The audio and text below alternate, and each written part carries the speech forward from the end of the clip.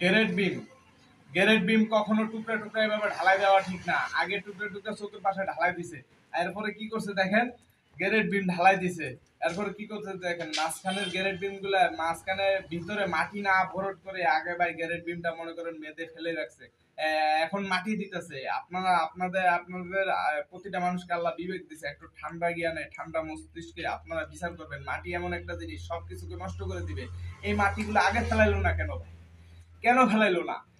এই সমস্ত কাজ নিজেরাও করবেন না, কাউকে করতে দিবেন না। মাটি এমন একটা জিনিস, মাটি সমস্ত কিছুকে ড্যাম বানিয়ে দিবে, এটা কোনো কাজের ভিতরে করে না।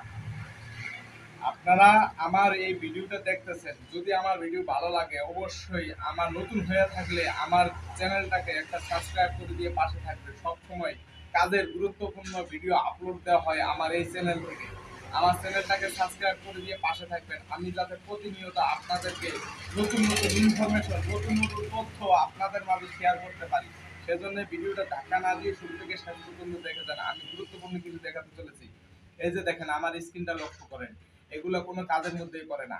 মাটি আগে বরট করে না, আগে বিম বেঁধে ফেলাইছে, এখন মাটি বরট করছে।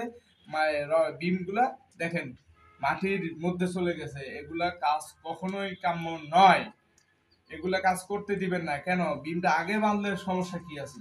আগে বাঁধতো।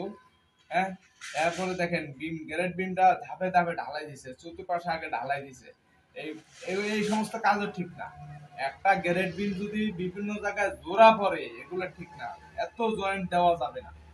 জয়েন্ট কাঠের সমস্যার কারণে বড় বড় প্রজেক্টে অর্ধেক অর্ধেক ঢালাই দেয়, ঠিক আছে, কিন্তু এটা ছোট্ট একটা ফাউন্ডেশন, তিনতলা দোতলা একটা ফাউন্ডেশনের বাড়ি যদি আপনি খন্ড খন্ড খন্ড খন্ড করে করেন, বিল্ডিং তো এমনিই দুর্বল, নর্মাল ফাউন্ডেশন, এটা কেন এত খন্ড খন্ড করে আপনি ঢালাই দিবেন? না, এই সমস্ত কাজ থেকে আমরা বিরত থাকি।